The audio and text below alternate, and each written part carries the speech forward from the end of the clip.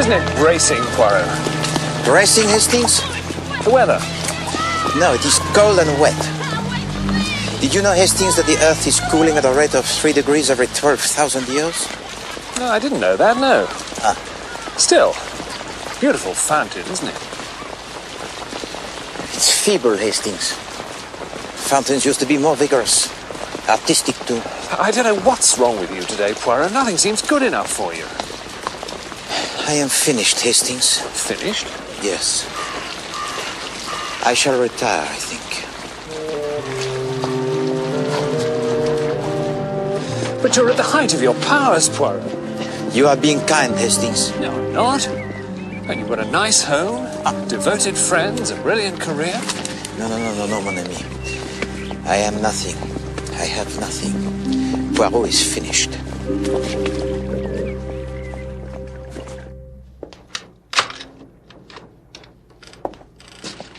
Penny for the guy, miss. It's only the beginning of October. You want to avoid the seasonal rush, don't you? Where's the guy, anyway? Out the front. Come and have a look if you don't believe us. The old basket downstairs won't let us in with the guy. No! Stop already. You clear off if I got you in there again. Soon as your back's turned. You did them out of a penny. Oh, a good thing, too. You don't want to go wasting your money encouraging them. I shan't, Mr. Dicker. Well, I've got a lot of work to do. You know, I don't know what their parents can be thinking about. Oh, indeed. Well, duty calls, Mr. Dicker. Yes. Well, if you have any trouble, you just come to me.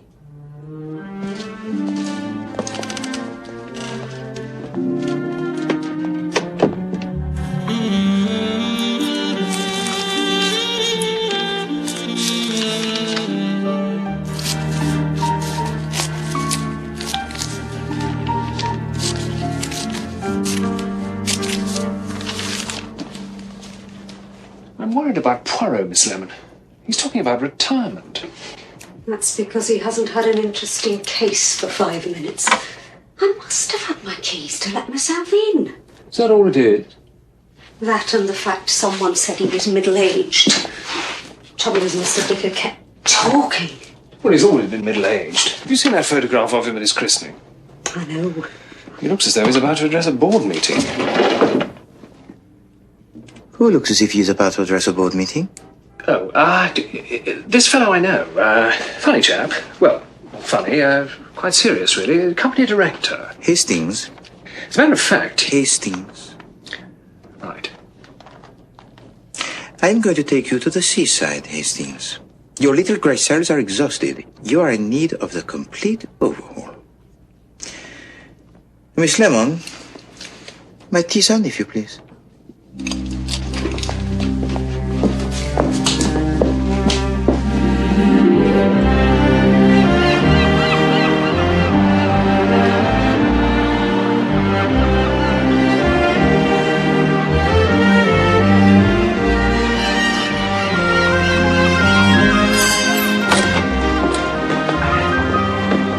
Merci.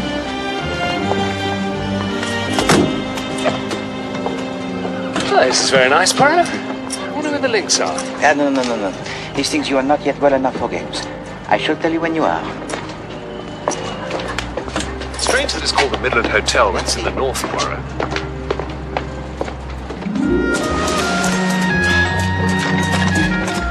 Whitcomb is the place for her. Philip, I've got some more shells. I do hope you are feeling better, Hastings. Well, we've only been here half an hour. Yes, but the air here is right now. Look at the horses. Coats of the highest gloss. It reminds me of a horse I backed in the Cheltenham Gold Cup. Started at 5 to 1, came in at 2:15. Oh, that is not very good, surely. No, it's a joke, Poirot. Good, Hastings. You see, already you begin to make the jokes. Sometime, you must explain to me this joke. Yes. I say, look at that. My Greatest Cases. A lecture by the renowned Chief Inspector James Japp of Scotland Yard. Well, we are not interested, Hastings. We have other fowl to fry, huh? No, I'd like to hear that. Admission 1 shilling. Oh, mon Dieu. That is a lot of money to hear the Chief Inspector Japp. Women's Institute, Sandringham Street, Thursday, 8:30. Fancy old Japp being up here.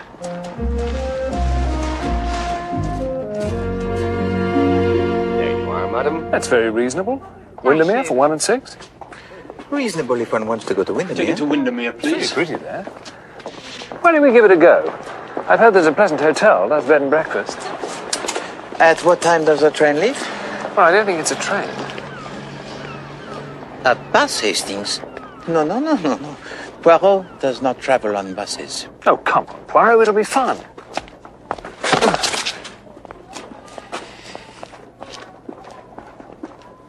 I say, what a rude fellow. He rather interested me. Well, if sheer bad manners interest you. He interested me because he was growing the moustache. And as yet the result is poor. You do notice the most extraordinary things, Poirot. But the growing of the moustache is an art, Hastings. I have sympathy with all who attempt it.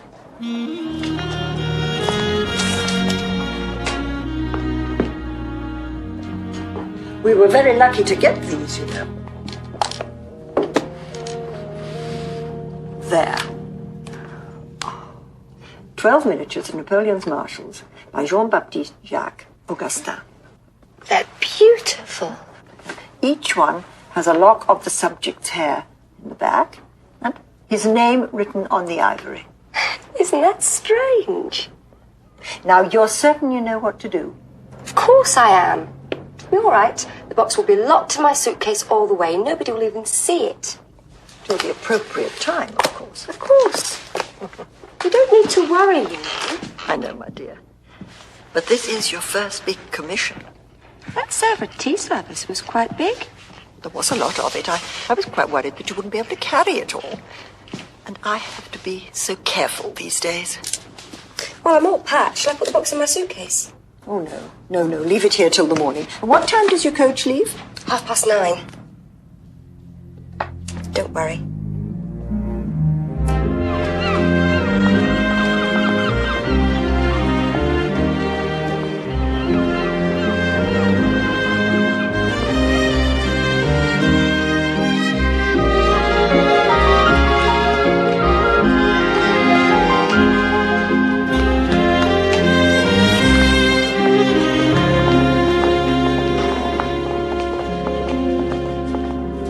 Thank you very much.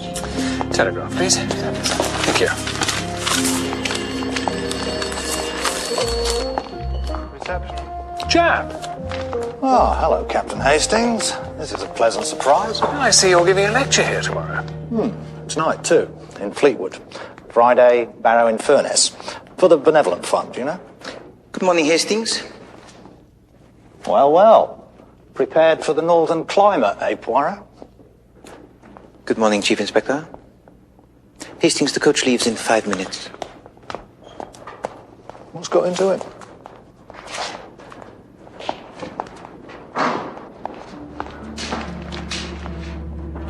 I'll be at Redburn at 12:40. I don't want to have to hang about there. No, I know. I know you've got the more difficult job.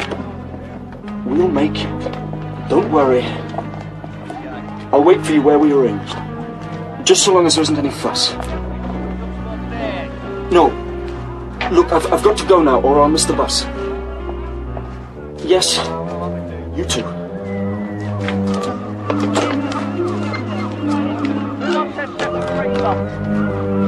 Anything else, man?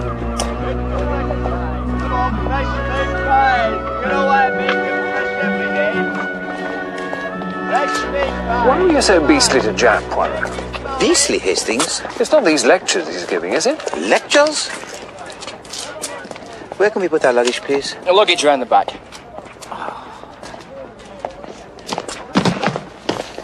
Oh, sorry again. You blind or something? What a rude man. Bonjour, mademoiselle. Oh, bonjour. Morning. May I? Thank you. That's all right, it wasn't heavy. All aboard now, all aboard.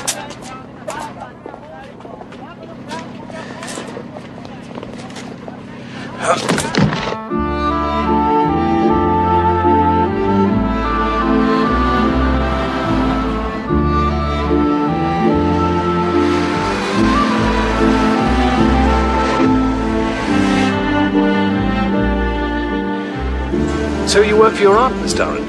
Yes, we specialise in beautiful quality antiques. Of course, I'm still only learning the business. I'm sure mademoiselle will be very successful. Some of them are worth an awful lot of money. I was surprised. My aunt's got clients all over the world. Ah, so she travels a great deal, huh? Oh, no, not at all.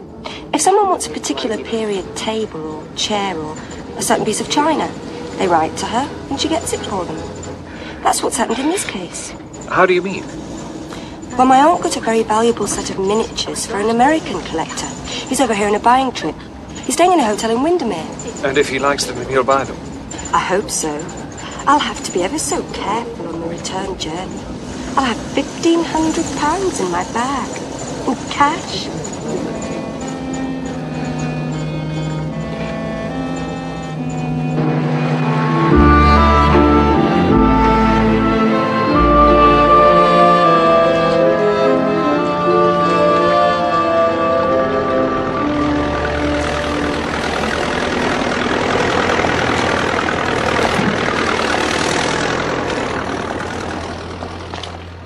Excuse me. Thank you. Sorry.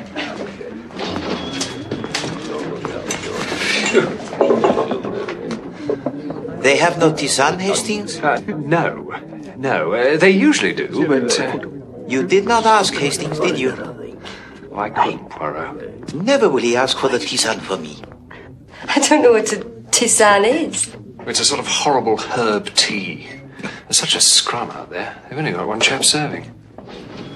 Excuse me? Where has she hurried off to, the little one? Oh, some women's thing, I expect. Ah. Grand girl, isn't she? Yes, she is very nice, Hastings. You noticed her eyes? Very unusual colour. Oh, most unusual, Hastings. It is called blue, I think. Hastings, why do those people keep staring at me and push each other and laugh? I don't think they've ever seen anyone quite like you before, Poirot.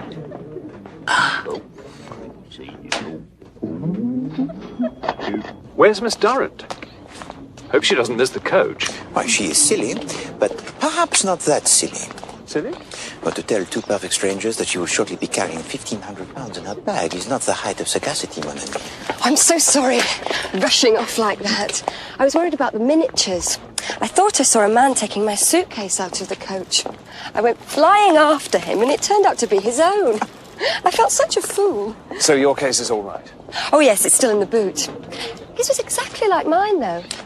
What man was it, mademoiselle? It was that man who was so rude. You know, the one with a sort of moustache. That is quite curious.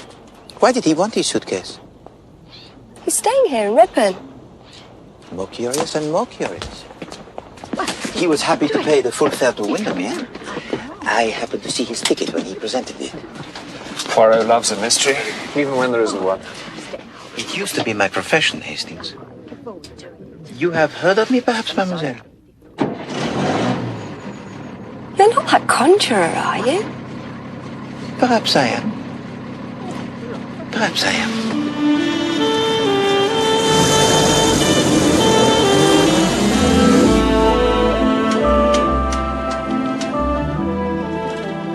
No, I'm at Redburn. No, it's all going according to plan at my end. No trouble at all. Well, just as soon as you can, for God's sake. The sooner we're out of the area, the better.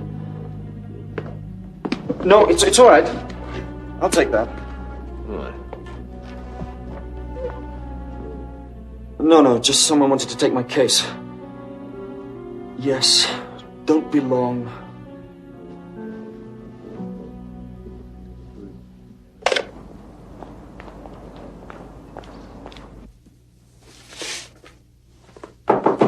Captain Hastings! Captain Hastings! Oh, I'm sorry. The most awful thing's happened. What? They've gone. The miniatures? Come and look. I opened my suitcase. The miniatures are in this dispatch case inside. Look. The lock's just smashed. Was it like this when you opened it? Yes. I don't know what to do. Poirot, don't worry, Miss Durrant. You stay here. We'll sort things out. What are we going to do? Mon ami, I am Hercule Poirot, detective retired. I cannot help you, I'm afraid.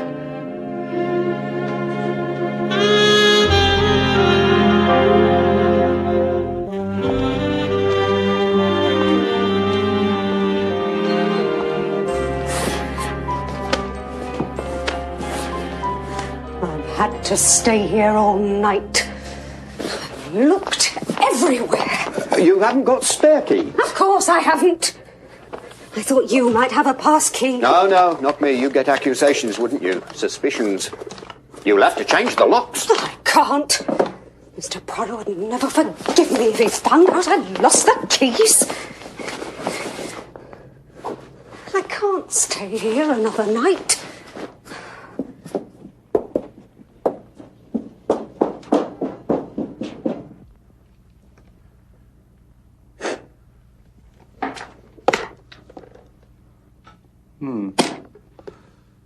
And these miniature pictures are worth like £1,500, you say?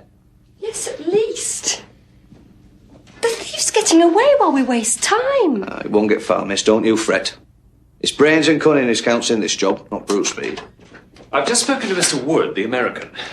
A woman called on him 2 hours ago, I'm afraid. Mr. Wood was delighted with the miniatures and paid her for them. But that's before we arrived here. Well, a fast car from Redburn would have got here long before us. Oh, it's all my fault.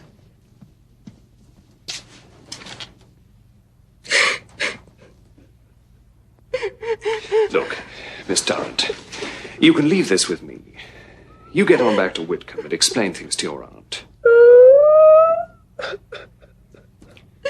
Right.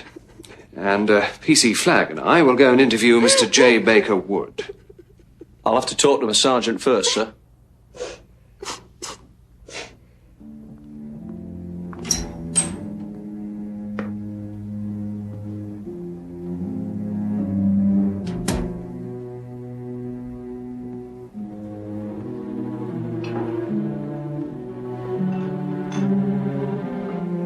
Time, gentlemen. Come on.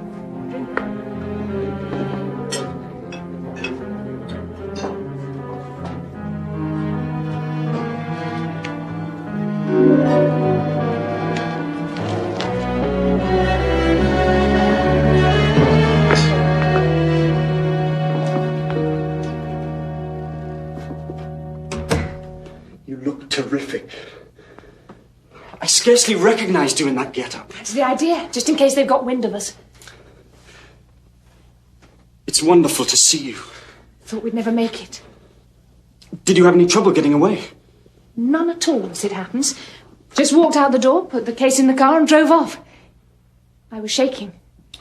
I expected to hear a shout at any moment. We've done it. So far. You're the cleverest girl in the world. as well as the most beautiful.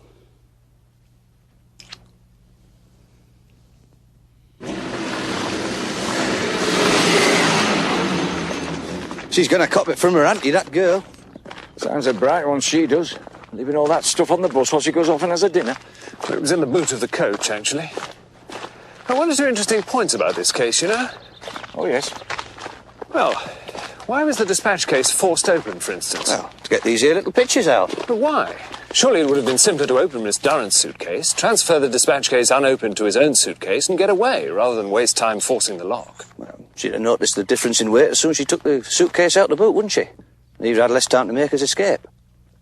Oh. Oh. Yes. There is that.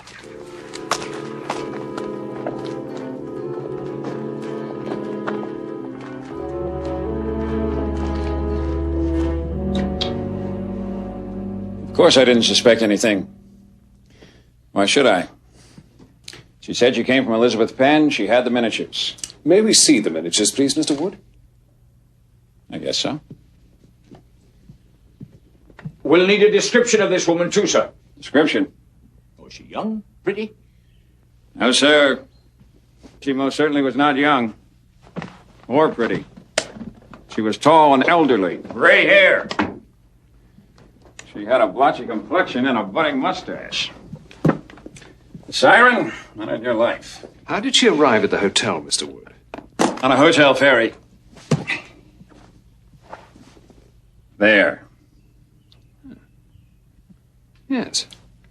I see. Very nice. Now, it's $7,000 for 12 of those beauties. I'll tell you, that's some bargain. I'll be taking that, sir. What do you mean? Evidence of a crime, sir. Oh, hey, you gotta be kidding. You'll get a receipt.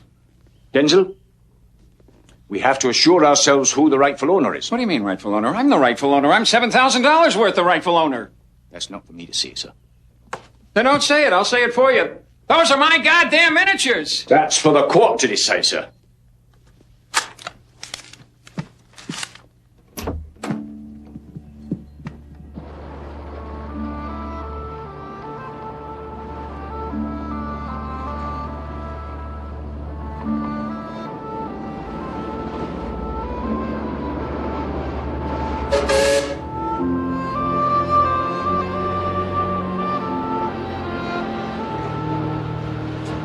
You mean you have to come from the railway station by boat? The station's on the other side of the lake. There. Oh, I see.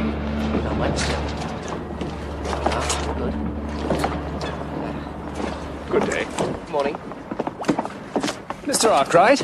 Hi, sir. Did you bring an elderly lady to the Lake Hotel today? I bring lots of old ladies, sir. Tall, grey-haired, bit of a moustache? Oh, I picked her up at station at 12 minutes past 1. How are you so sure of the time? Because the Lancaster train gets in at 1 o'clock and it arrived at 10 past. Does that train stop at Redburn? Redburn? No, that's on Multbrook line. Stop at Redburn.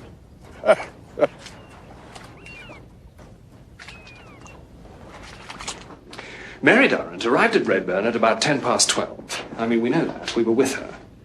An hour later, an old lady is here in Windermere with the miniatures and on her way to Wood's Hotel. Now, I'm sure it was the fellow with a bit of a moustache dressed up.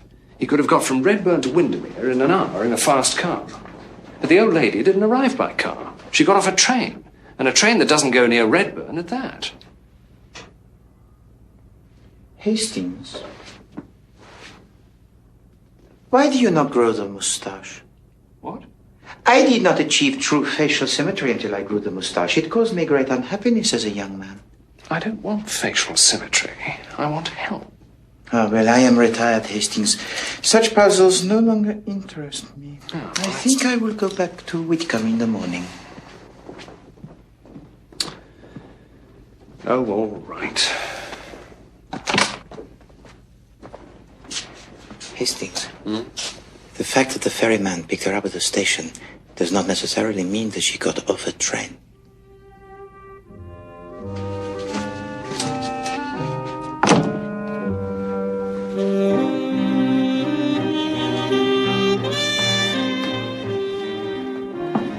If she didn't come by train, how did she come? Who knows? Hastings, You have done well. But you will be on this case a long time, I think. Don't I know it? Right. I'm going back to Redburn in the morning. Reconstruct the crime, that's the thing. Start from the beginning.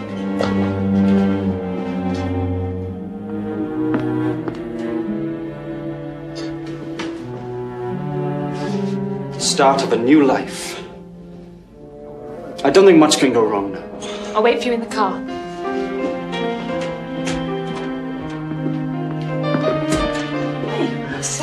There's a change. Thanks. Come back and see us again, won't you?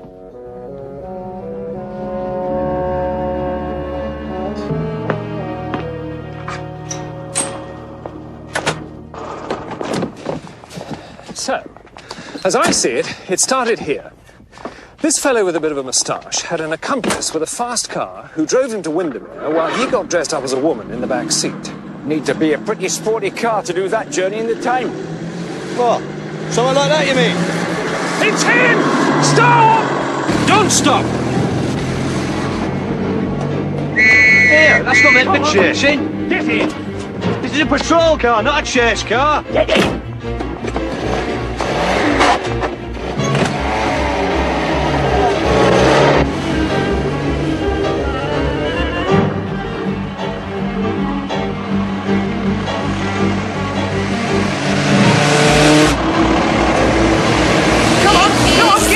Move over.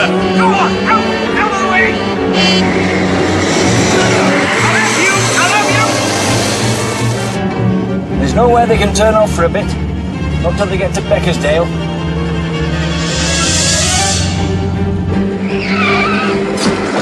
They have turned. Well, I'm blessed. Won't get them very far. It's a dead end, that is. Only goes to Hemmingskit, doesn't it?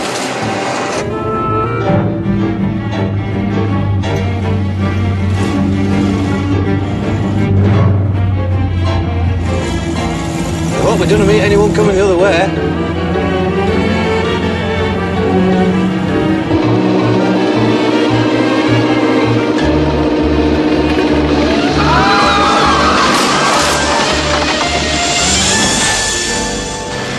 My God! Come on, Sergeant. Right. Come on, lad. Come along, madam. Out you come. Why can't you leave me alone? Don't you know what it's like to love a man? Well, no, not exactly. Go on then. Sergeant? Come along. No trouble. Oh, it's you again, is it? I might have known. Come on, officer.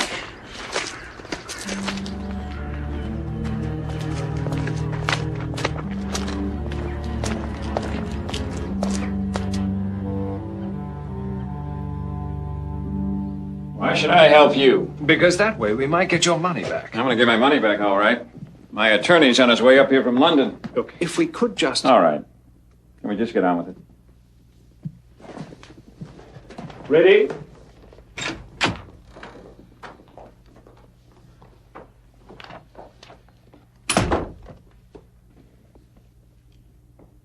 Well? No. Right. Ready? Get your hat.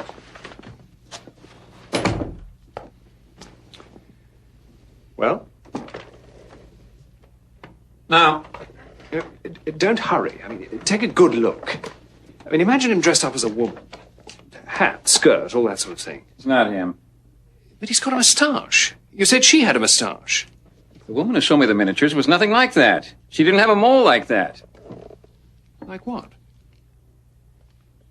Well, that mole on his forehead, for God's sake. Couldn't hide that. No. Wait a minute. Wait a minute. Oh, no. That's Lady Amanda Mannerly.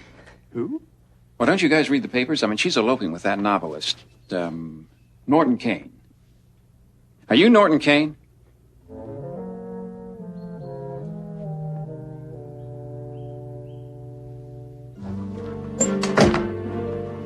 So good of you to come with me, Mr. Poirot. No, not at all, my dear. How could they possibly leave such a charming young lady in so great distress? But perhaps now that I am here, I can help you to explain this delicate matter to your aunt. Oh, thank you so much. Mary, is that you? How did you go? I've got Mr. Poirot with me, Aunt Elizabeth. We came back to Whitcomb on the bus together. Mr. Poirot's a famous detective. Do you think I don't know that? Oh, you are too kind. But something terrible's happened, Aunt Elizabeth. I don't really know how to tell you. I regret to inform you that your miniatures, they have been stolen. Stolen? But how could they be stolen? Where were they stolen from?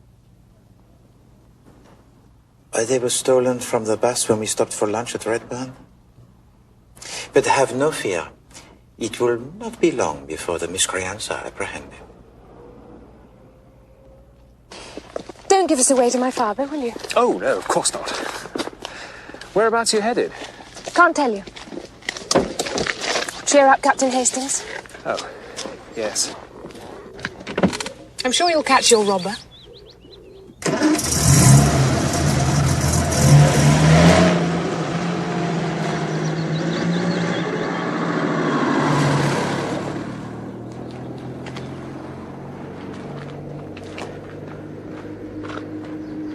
Yes, well, with our one and only suspect gone, I'm damned if I know how we're going to catch him.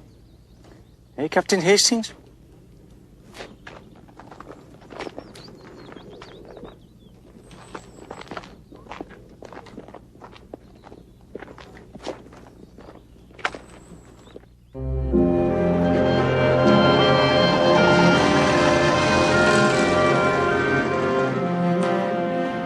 I'll start with the fish soup, followed by the haddock. Try and shake up the old grey cells a bit. You see, what I can't understand is, if Norton Kane wasn't the woman with the moustache, who was? You have done your best, Hastings. The renowned Chief Inspector Japp would have given up long ago. Thank you. You're not jealous, Poirot, are you? Japp being asked to give these lectures? Jealous? Nom de Dieu. Of what interest is it to Poirot, the Whitcomb Institution for Women, huh? If it was a Royal Society now... But then I hardly think the Chief Inspector Japp would be invited by the Royal Society. No. It is only the Institution for Women at Whitcomb and such places that they will listen to the Chief Inspector Japp claiming the cases of Hercule Poirot for his own. Oh, I'm sure Japp wouldn't do that. Hastings, can we please talk of something else? The renowned Chief Inspector Japp is of no interest. No, thank you. I've got to see Mary Durrant tomorrow. Here we are. Perhaps you should bring Mademoiselle Durand and her aunt and Monsieur J. Bakerwood face en face, huh? And discuss this thing. Oh, I don't see what good that'll do. I don't know what I'm going to say to her and her aunt anyway. Sleep is the thing, Hastings. For myself, I fully intend to get to bed immediately after dinner. And I strongly advise you to do the same. Ready to order, sir?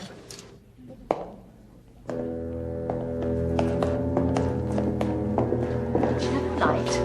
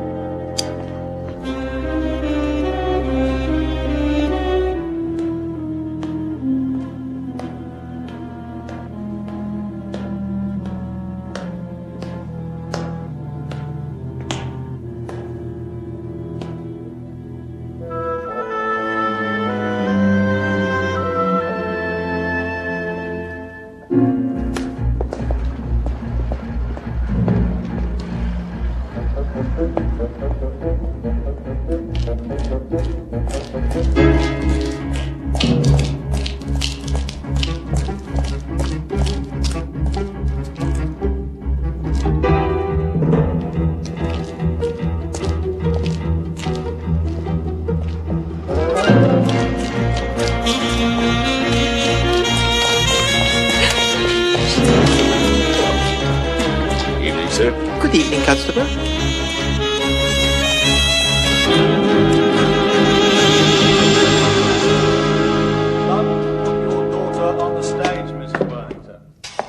fine song by Mr. Noel Cowan. And the same holds true for the police force. Don't put your side to the detection business. Because detection is a darned lonely business, and detectives are perhaps inclined to be lone wolves, if you'll pardon the expression. And at the conclusion of a case, there are always other parties, not of the police force, who will claim to have solved it. I refer, of course, to that bane of the policeman's life, the amateur sleuth, or worse still, the professional private detective. The professional private detective, ladies and gentlemen, is not the glamorous figure of fiction. He is a man who, failing in more worthy walks of life, and being of meddlesome and troublemaking disposition, finally comes to rest in a dingy office over the chip shop, where he plies for hire in the sordid world of petty crime and divorce. Except, I have to say, for one. I have been fortunate in my career, in that many, indeed perhaps most, of my cases have been shared with that most extraordinary of private detectives, and, if I may borrow a word from his own native tongue, that doyen of the Belgian police force, Monsieur Hercule Poirot. I think I may say, without fear of contradiction, that Hercule Poirot has one of the most original minds of the 20th century. Intelligent, brave, sensitive, devastatingly quick, Hercule Poirot stands head and shoulders above any other detective of my considerable experience.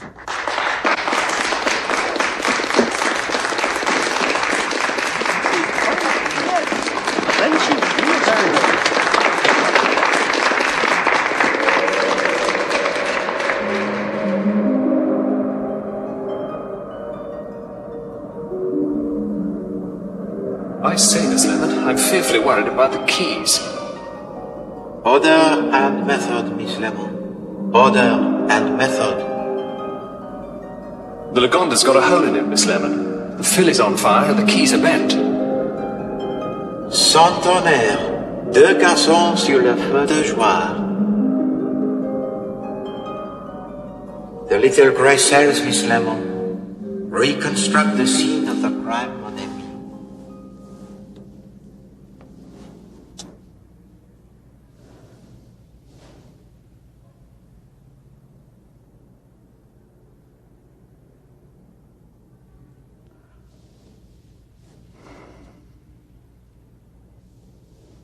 Come up to door. Take keys out of bag. Unlock door. Penny for the guy, miss. I come in. Dicker follows, still talking.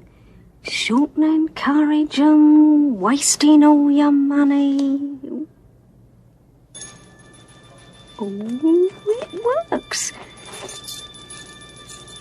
It really works. Come now, Hastings.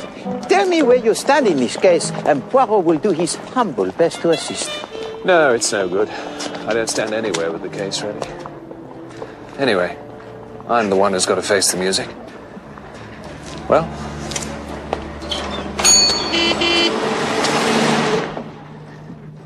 Captain Hastings. Hello, Miss Tarrant. Have you got some news? Well, no, not really. No, I understand. Hello, Monsieur Poirot. Mademoiselle? I haven't given up yet. Yeah, the shop of your aunt is beautiful, mademoiselle. Well, she'd love to see you if you can spare a moment. We would be delighted. Monsieur Poirot's here, Aunt Elizabeth. And Captain Hastings. Oh, how nice. Have you managed to retrieve our miniatures for us, Monsieur Poirot? Oh, pardon, mademoiselle. It is Captain Hastings who is in charge of this affair. And he hasn't, I'm afraid. Well, we found them all right, but we can't retrieve them. Mr. Wood says he bought them in good faith, so they're his. So he's still got them? No, the police have taken them. Well, I'll get them back in due course. Well, that depends on what the court decides. It would help if we could catch the thief. Oh, my God. What is it, Captain Hastings? I've got it. I've got it. I've got it. Miss Penn, I can get your miniatures back. You may be able to help, too. Excuse me. Hastings, wait! Come on, Poirot! What on earth are you playing at, Hastings? I've got it, Poirot! What? What have you got? The answer to this case. It must have been the haddock. I feel wonderful. Hastings! I'll see you at the hotel later.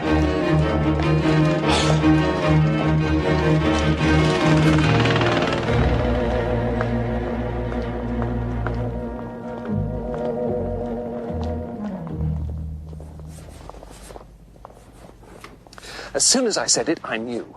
Who knew Miss Durrant was on her way with the miniatures? Who could have found out she'd be stopping at Redburn at lunchtime? And who had a fast car to get into Windermere? I don't know.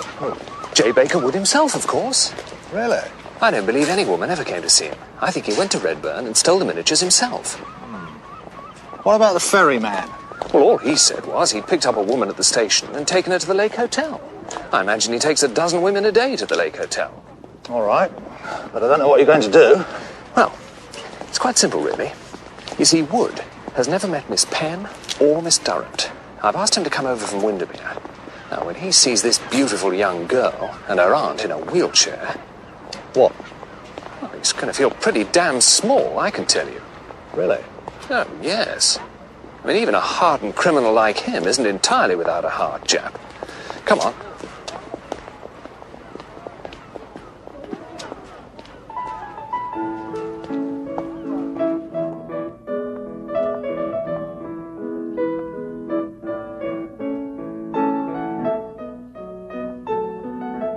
To follow me. There's a table for two over by the window. Lovely, thank you. I hope they're not going to be late. The timing's absolutely crucial. Since I am not going to be told what is going on in this case of yours, Hastings, I can make no intelligent contribution to any discussion of it. But it was your idea. You didn't want anything to do with it. It was my idea also to bring together these three people. Monsieur Wood, Mademoiselle Durand, and Mademoiselle Penn. I don't remember that. Now.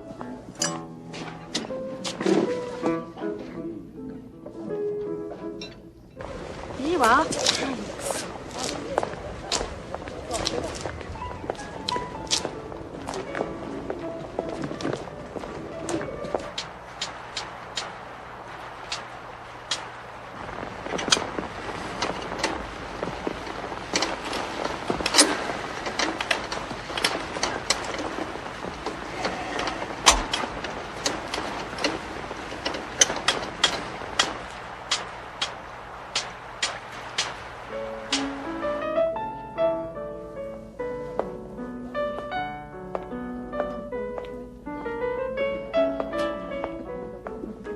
Have another plate of them sandwiches.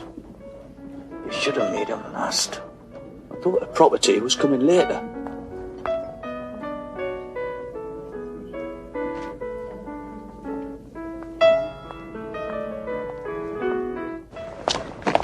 Steady.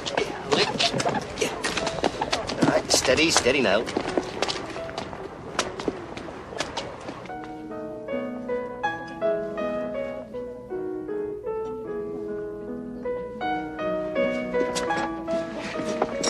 Sarge.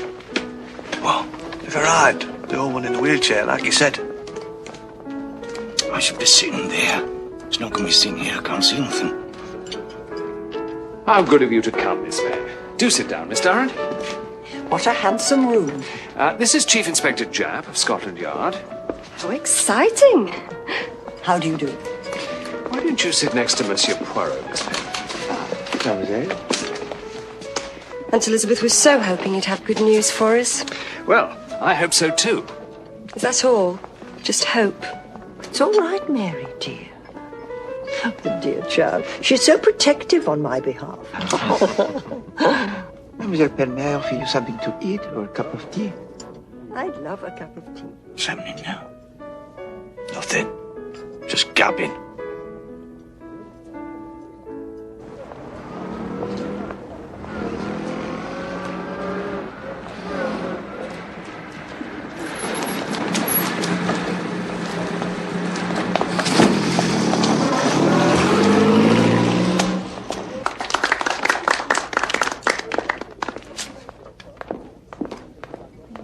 One learns patience sitting in a wheelchair, Monsieur Poirot. I am sure that is true, mademoiselle.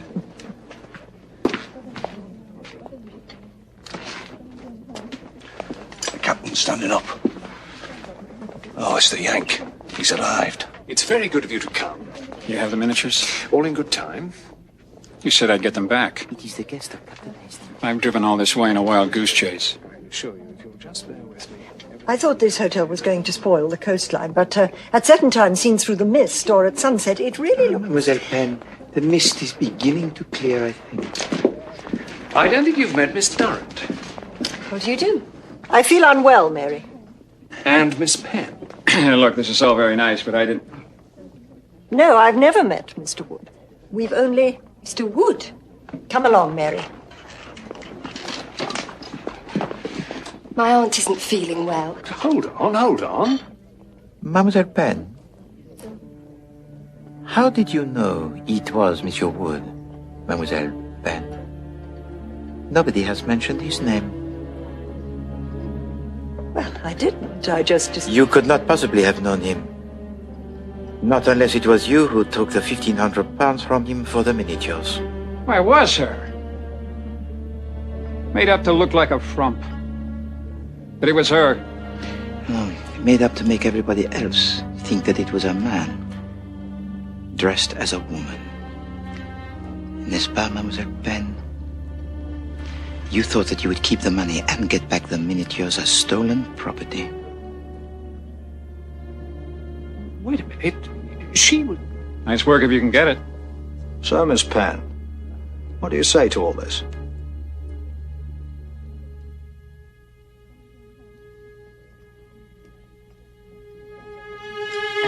She's offside. Stop her! All right, that's you. Take her away, Sergeant. And now, Mademoiselle?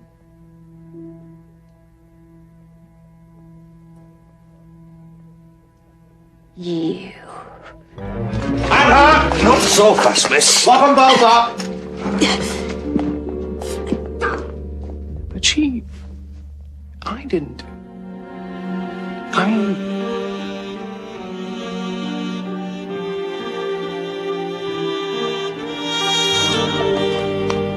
Hastings couldn't see it at first. He was trying to work out how the miniatures got from Redburn to Windermere. Yeah, quite. Exactly. Then he realised they'd never even been in Redburn. Masterly Hastings, you diagnosed the true nature of the crime. Oh. Unfortunate, of course, that you set the trap for quite a wrong culprit. Excuse me. Merci. Excuse me, sir. You forgot your receipt. Ah, merci beaucoup. I hope you enjoyed your stay. Yes, indeed. Gentlemen. Allow me, Poirot. There's something about you here, Jap. Chief Inspector Jap to speak in North Country lecture tour. You knew. That's why you dragged me all the way up here. No. It was the other side I was interested in. I did not know that... Learn to speak French like a Frenchman?